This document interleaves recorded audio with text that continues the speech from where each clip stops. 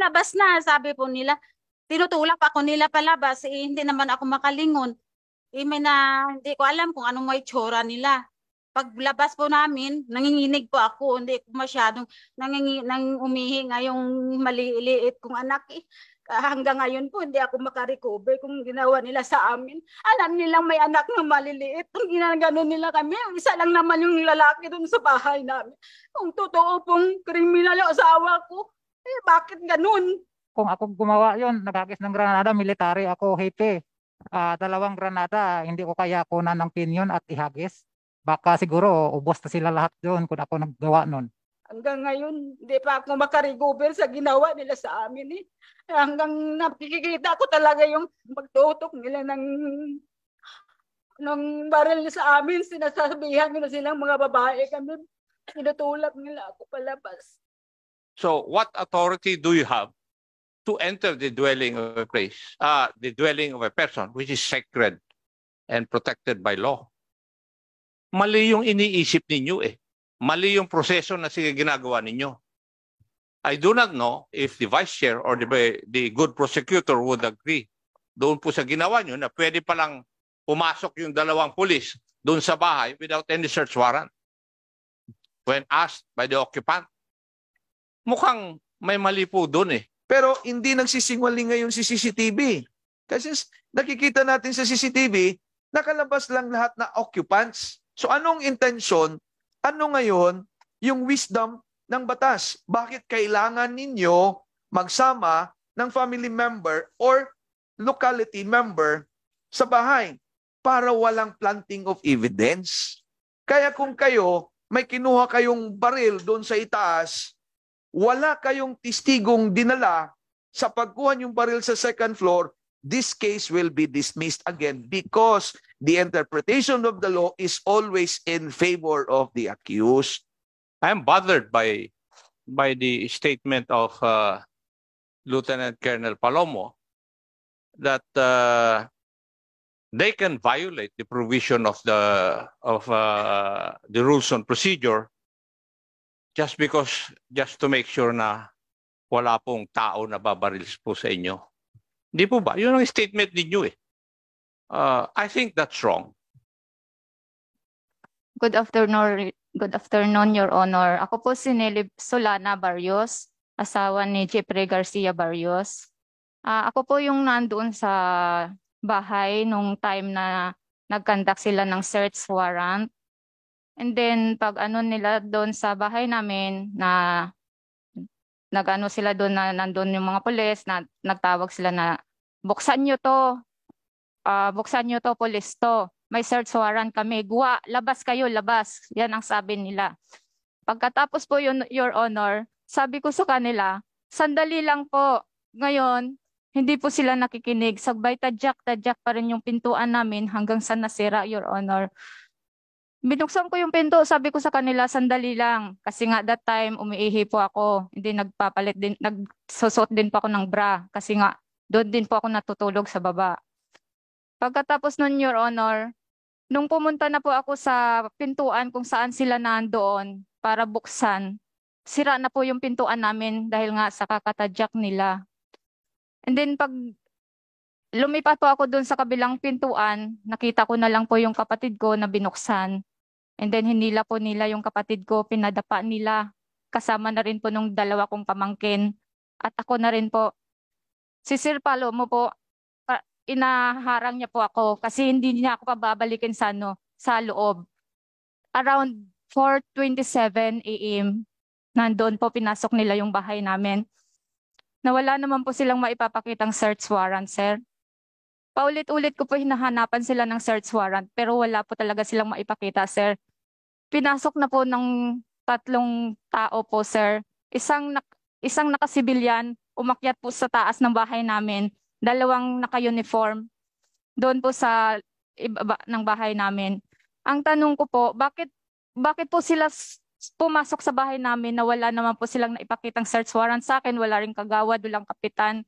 Hinahanapan ko po sila, wala po. Even si attorney, wala din po yan sila.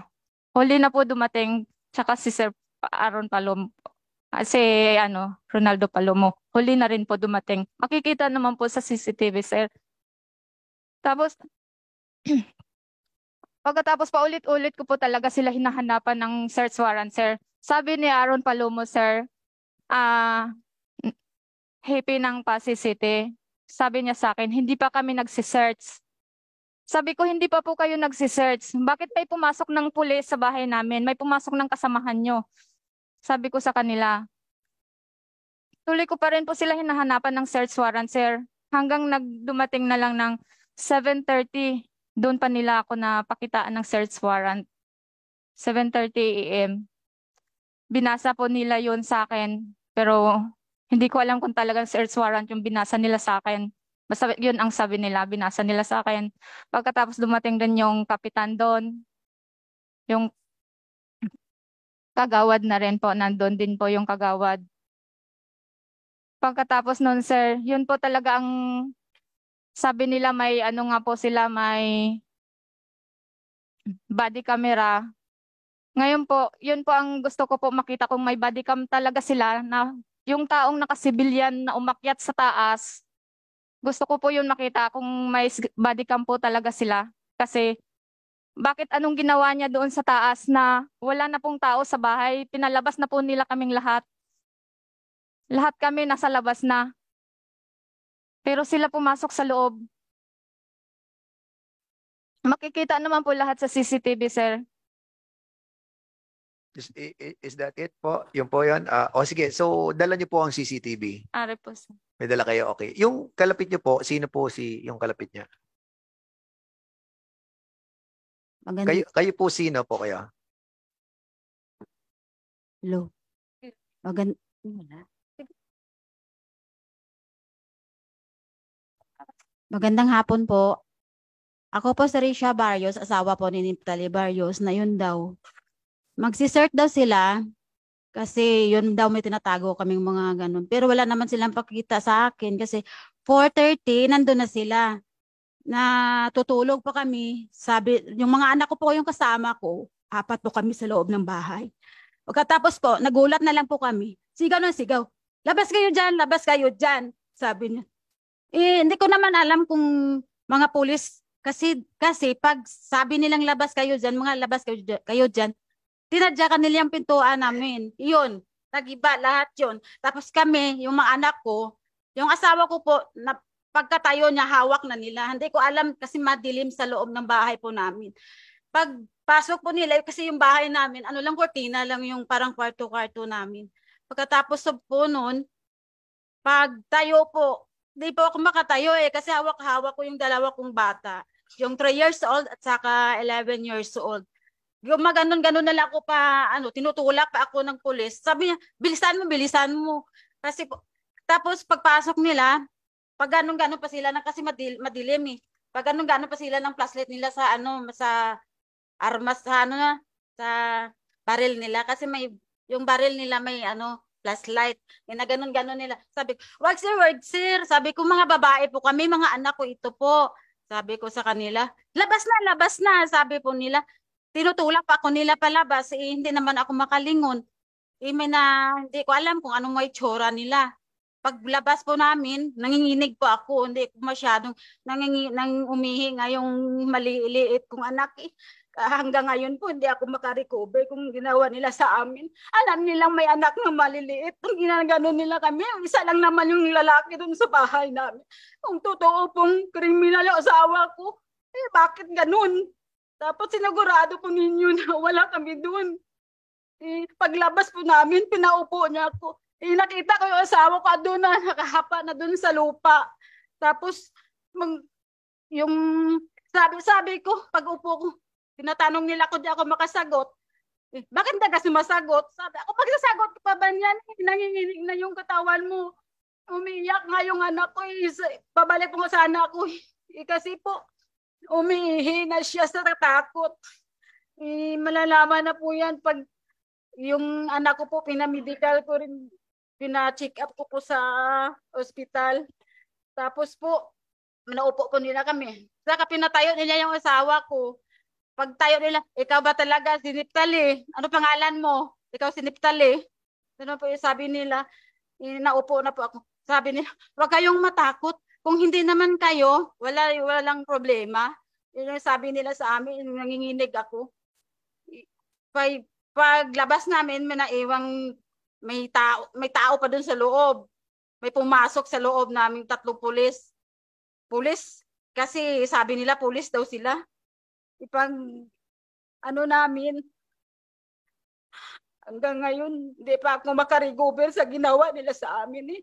Hanggang nakikita ko talaga yung magtutok nila ng baril sa amin, sinasabihan nila silang mga babae kami, tinutulak nila ako palabas.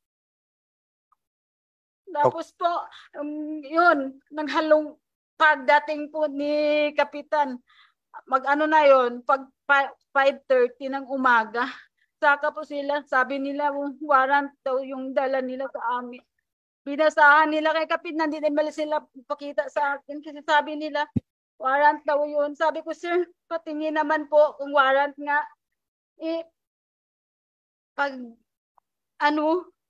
Sabi niya, mamaya na lang, iwarrant ko yun ng copy.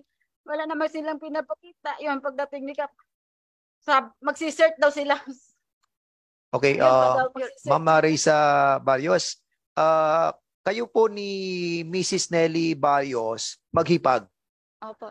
Ang asawa ni Risa Barrios ay si Neptali. At si Neptali at si Sergeant Jeffrey Barrios, magkapatid. Okay. Yung sinabi po ni Hepe na out of issues naman yung sinabi niya eh. Force report ka pa Hepe. Yung kapatid ko nakulong 2014 pa yun nakulong. Bakit sinabi mo nakulong ngayon? Tapos yung nangyari doon Mr. Chair, may nangyaring shooting incident sa barangay Baraulan San Enrique July 30 to AM ata yun. Ngayon nung natapos yung nila doon, investigasyon siguro, wala silang makuha na o madampot na ikulong na tao kung sino naggawa nun. Ako yung pinagbintangan nila kasi may away daw yung Alarba sa kapamilya ko eh. Baryo sa Alarba. Samantala, matagal na panahon yun. 28 years na nangyari doon. Bakit ako pa yung magawa nun? Tapos sabihin nila na ako daw yung gumawa, naghagis ng granada. Kung ako gumawa yun, naghagis ng granada, military ako, Hepe. 2 granada, hindi ko kaya kunan ng pinyon at ihagis. Baka siguro ubos na sila lahat doon kung ako naggawa nun. Tapos Mr. Chair, nung sinabi ni Hepe na ako daw, pero andoon ako sa camp namin, andoon ako kasi naka-red alert kami ongoing yung operasyon ng brigade.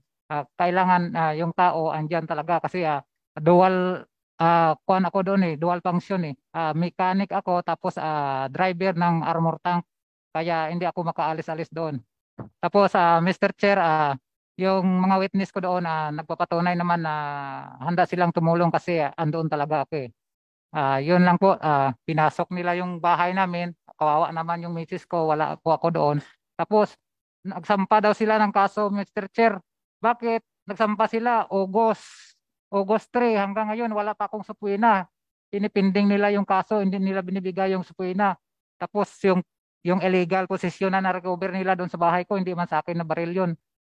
Kinuha pa nila yung mga gamit ko na iba doon, tapos yung pera ni misis ko na wala pa doon sa taas ng bahay. Okay. Kung makikita nyo po, mayroon kaming SWAT na mayroong shield, di ba? Yun ang binabantay namin, Mr. Chair. Baka magkaputukan. Kaya nga, mayroong nagkukover yung nagsisigaw kami, police to pa, CCT police to ito. May search warrant po kami.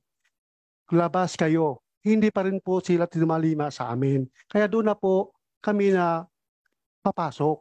So in other words, binigyan niyo sila ng warning na lumabas sila. Opo, So mga sir. ilang minuto niyo binigyan sila ng pagkakataon para lumabas sila?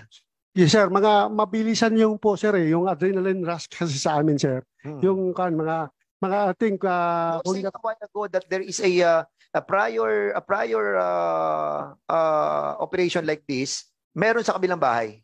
yes, sir, sir. So inuna niyo doon sa Sabay-sabay po, sir, yung pag-clear ng bahay. So Alin na nauna? Ito o yun? Sabay talaga, sir. Sabay. Yung, Ano ba? Ano?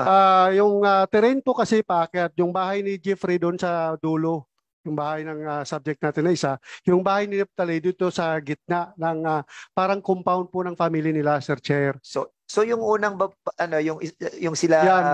Neptali. Sa kay Neptali po, yun ang sinasabi niya. Sabay yung Sabay po, yes, sir. Para hindi po ma-compromise yung security din namin. Okay. So dito naman na-serve nyo rin yung search warrant sa kabila. Yes, sir. At dito nung nakikita natin primarily hindi nyo na-serve yung warrant. Hindi pa, sir. Pumasok kayo sa loob. Hindi pa, sir. Sinecure muna sila, sir. Okay. Yun po yung gusto ko, if may I, Mr. Chair. Yung unang pumasok po na kami, hindi yun search. Security po, Yes. dahil po doon sa report, armed and dangerous. Yung application namin, baril po, Sir Chair. Kailangan man munang yung occupants ng mga bahay ay may palabas para hindi po baka magkaroon ng shootout or magpalitan dahil hindi nag-open, o baka din po maitapon po yung baril na hinahanap natin kasi yung bahay ni Jeffrey po sa kabila nun po, sir, ay bangin. Okay. Alright, I got it.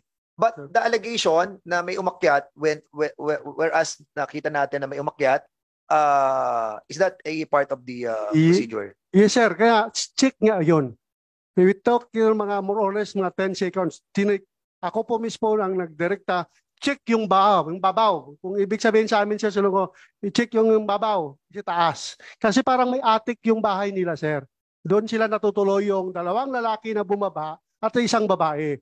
Despite po, ang lakas ng sigaw ko po, hindi sila bumaba kaagad. So in other words, yung procedure for security purposes, yung pagpapaakyat doon sa itaas ng inyong member Yes. siguro yun, no? Yes, sir. Pero naka-civilian siya. It's a part of the pre-operation plan. Yes, sir. Okay. So for the appreciation of members, no? So we have seen the CCTV, no? And kung titingnan mo yung unang bugso nung CCTV, makikita mo na may salto doon sa pagpasok, ano? Kasi nga parang hindi nabigyan ng search warrant tapos may pumasok yung but in case like this, ano, wherein sinasabi ninyo na yung mga barrios ay declared sila. Declared ba sila as a organized crime group? Yes, sir. Dito sa nakuha naming information doon sa shootout sa Laguna, doon po ang pinangbabasihan namin. At saka yung intelligence report po na mga dati ko pang information. Kasi sir, for chair, almost mga 3 to 4 months pa lang ako po bilang hepe. At for the moment po, I was administratively relieved. Hindi na po ako ngayon yung chief of police ng Pasig City. Sige. Okay. So, Sergeant Jeffrey Barrios, you are a part of the Barrios family. And according to them, your family, the Barrios family, are involved in a organized crime. Your Honor, hindi po totoo yan. Kasi yung kapatid ko na sinasabi niya na si Ricky Barrios, leader daw ng grupo, 2014 nakakulong na po yun. I would like to ask Mrs. Regia Barrios, when your residence was searched, may CCTV din kayo doon sa bahay ninyo? Nakskip lang po. Meron din kayo. So you have also your clip. All right. So, doon pa sa bahay niyo, Mrs. Nelly at saka ni Jeffrey, matagal na ba kayo nag-install ng CCTV doon? Bago lang, Your Honor, kasi yung sa lugar namin, uso po yung nakawan doon ng mga hayop. May mga kami doon, baboy, kanding. Then, kaya naisipan po namin magpalagay ng CCTV kasi po, yung kuya niya ninakawan ng 3 kanding. Pumunta po kami sa barangay, hindi naman po clear yung CCTV nila, hindi naman makikita. Kaya gumawa po kami ng paraan na in case nga mauulit yung pangyayari na yon, makikita na po namin kung sinong gumawa ng ganun. So kailan nyo in-install yun? Nung 12? 12, no? So very recent lang? August lang, yes. Okay, ilang camera yon yung sa palibot ng bahay ninyo? Kasi it's quite it's quite uncommon in the barangay setting na may mga CCTV, di ba? So normally sa syudad, and I was just curious why you were prompted to have CCTV installed in your sa palibot ng bahay. How many cameras 'yon? Sa palibot po, 3 po, Your Honor. 3. Opo. And then sa loob ng bahay doon sa Isa po, sa Your SADA. Honor. Opo. Wala na kayong CCTV doon Wala sa Wala po. all right. Yeah, you said earlier na merong isang pulis na pumasok doon and umakyat sa taas. Opo, hindi ko po talaga yun matukoy kung police, Your Honor, kasi nga po, naka-civilian po siya, Your Honor. Yung naka-civilian na naka-long sleeve nga, stripe, kulay pula, Your Honor. Okay. Yan po. Perhaps we can ask Chief of Police Palomo, no? Kung sino yung was that a regular procedure to have to secure the place, and was that a police personnel who went upstairs? Yes, Your Honor. Doon sa sabi kong mayroon tayong sinasabi entering party to secure muna ng occupant. Wala pa yung searching party doon, Your Honor. Yung purpose nyo yun ay may check kung may tao sa taas. Pagkatapos, kung makikita mo sigaw na ako kaagad, wala ng tao, clear, baba na, secure the area. Yun po ang pinaka-objective namin, na walang crossfire, walang mangyari, both sa kabila at sa amin. Mas lalo na po sa amin kasi pag may namatayan akong tao, nabaril ang tao ko, i-roll ko po naman bilang hepe. Yes, who was that police personnel who went upstairs? Member po, ito si Can you name him? Sergeant Hapitan. Si Sergeant Hapitana. 3 kasi kami ako, 4 kami lahat nung entering party. Yes. Kasama po namin yung SWAT na nagko-cover sa amin. Pag nung nakapasok na wala na yung SWAT, security na kagad. Madali lang ito, Mr. Chair. Mr. Chair. Ito yung batas ng search warrant. Kasi when I inspected the documents of the police, meron man talagang search warrant. Pero I would like to remind the police officers who are here, including the good prosecutor. Kasi sa implementation ng search warrant, we have 2 laws. Probably 3 laws, including the police operating procedure. But under the revised penal code, there is somehow a general rule on how to effect search warrant. And I would like to read this one for your guidance and for in the future for your whatever orientation seminar, etc. Article 130 of the revised penal codes provides searching domicile without witnesses. The penalty of arresto mayor shall be imposed upon a public officer or employee who, in cases where a search warrant is proper, in this case there is a proper search warrant, shall search the domicile, papers, or other belongings of any person in the absence of any member of the family, or in their default, without the presence of 2 witnesses residing in the same locality. So yun ang ini-insist ni Ma'am Risa kanina, wala si Kapitan. Pero si Kapitan naman, sekundarya yon. Ang ibig sabihin nun, dahil may search warrant kayo, pwede kayong you have to take effect the search warrant in the presence of any of the family members. Ayan naman sila. Pero tama na ba yun? Dadalhin ko kayo sa pangalawang batas. Ang pangalawang batas naman, si criminal procedure, na nandun naman sa remedial law. Anong nandun sa remedial law? Ito ang sabi niya. Sabi ni Ma'am Risa kanina, sinira yung pinto. Yung pinto, sinira. Dito naman sa remedial law, particular 126, section 7 of the criminal procedure, pwede niyo man yung sirain yung pinto kung hindi kayo bubuksan nung may bahay. Which in effect, that is a gray area. Hindi nga kayo binuksan, pero ilang minuto ba? Okay, doon na kayo sa korte niyan. Basta importante ito yung batas. Pangatlong batas, section 8 of 126. Sabi niya, may search warrant na kayo. Mag-conduct na kayo ng searching activity doon sa loob ng bahay. Ito ngayon yung applicability.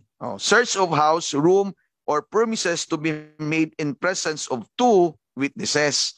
No search of a house, room, or any other premises shall be made except in the presence of the lawful occupant thereof or any member of his family or in the absence of the latter, 2 witnesses or sufficient age and discretion residing in the same locality. Now, tingnan natin yung video kanina. Pinasok nga ninyo. Tama kayo dyan. There was a forceful entry dahil pinilit niyo yung buksan yung pinto. Nung pinilit niyo binuksan yung pinto, pinalabas niyo yung mga bahay.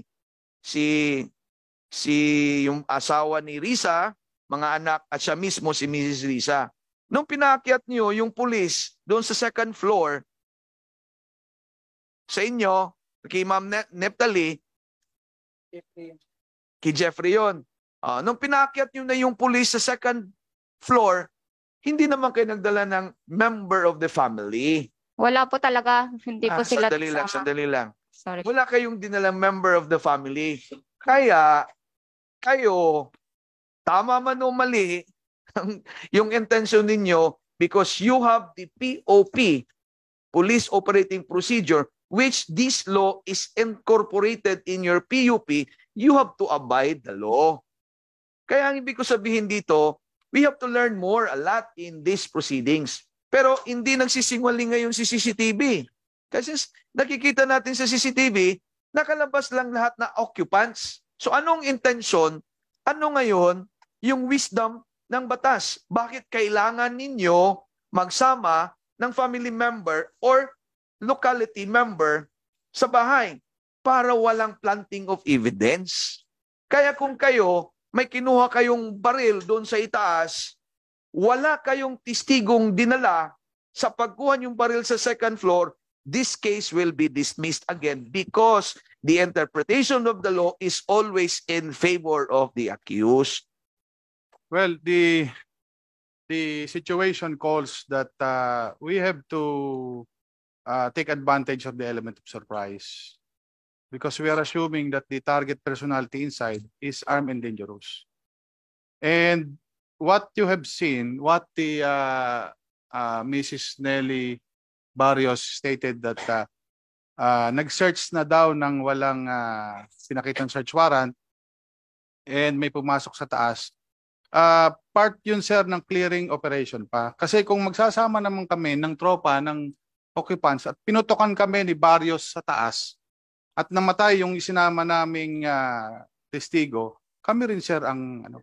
RD, we understand that. Yeah, what I'm saying, sir, is yung pagkakit sa taas is not part of the search, but clearing operation only. But in the part of us, who are looking on the CCTV, makikita mo na somehow if we will follow yung procedure, no, dapat may kasama talagang witness. What we understand that yung element of surprise must be there. Kailangan na andun din yung element of surprise para, but ang problem po ay hindi po to ang nakalagay sa ating POP. Sa procedure, kahit na sabihin natin our intention is to have that element of surprise para at least ma-apprehend natin yung yung ating objective. But the problem is we had procedure to follow. At doon po tayo magfe-fail. We are governed by the rule of law and not of men. And we adhere also to the fact that the search warrant was there. But of course, yung pagpasok po ng isang tao doon sa itaas can be construed by others as tanim ng bala or whatever. But in this case, I think we must admit that somehow we have a failure on the operation. Mr. Chair, maybe just like the Vice Chair of NAPOLCOM, I am bothered by the statement of Lieutenant Colonel Palomo that they can violate the provision of the rules on procedure just to make sure na wala pong tao na babaril po sa inyo. Hindi po ba? Yun ang statement ninyo eh. I think that's wrong because there are other ways of shall we say attaining that. For example, the question is, why would you enter a dwelling without any search warrant yet? Bakit yung pinasok ng dalawa yung bahay? Walang search warrant. Because in the video, the lady was asking whether you have a search warrant or not. You're not able to present a search warrant.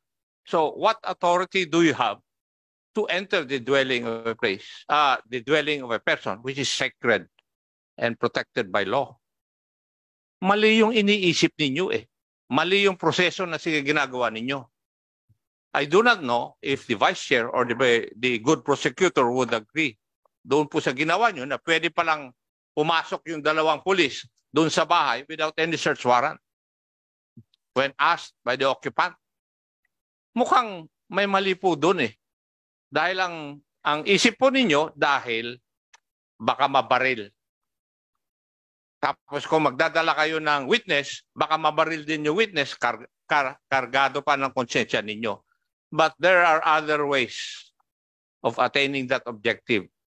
Normally, nung panahon namin, pag sinesearch namin yung lugar at delikado at wala pa yung search warrant, pinapalibutan namin para wala nang makaalis na tao. At pagdating na nung search warrant, which is the authority provided for by law para gawin ko yung dapat kong gawin, that would be the only time that I can enter the dwelling of an individual. Di ba? Di ba, Congruel? Ano yung sabi doon sa batas na yung bahay na isang tao ay parang castle niya? So, yun po dapat ang sundin natin. So there's something wrong. That's why I'm bothered doon sa inyong mga statement because it is expressly provided for by law na kailangan pag pumasok ka sa bahay na may bahay, meron ka dapat witness. Hindi nyo po nasunod yun. Pangalawa, pumasok po yung dalawang pulis, according to the video, wala pa yung search warrant. It's quite unusual that it could have been, the situation could have been more calm and controlled had there been able to present the search warrant ahead. That could have disarmed yung resistance nung dweller doon sa ano. Saka during that time na madaling araw pa, kung as it turned out to be na hindi naman ito bahay ng terrorist. Iba yung sa ATC eh. We have also those conventions how to interdict the terrorists in ito organized crime. It would have been better sana kung meron ng search warrant ahead of time. And then they could have been engaged them more civilly na in the usual manner. Ayun. Kasi nga confrontational kagad dating pa lang. Para baga meron na kagad gulo. Hindi nila napacify yung kasi nga yung ganun. There are really many ways. I agree with Congressman Ako. There are really many ways in the law enforcement agency to disarm, to temper the situation. But it's utterly too aggressive and too abrasive din yung approach. Na kung nauna sana yung search warrant, hindi naaabot sa ganito. Thank you. And as much as I wanted to really be on your side, because I know your intention. As a matter of fact, you're telling us that it's a organized group, but violating the POP is another one. And I think doon po kayo nagkaroon ng failure.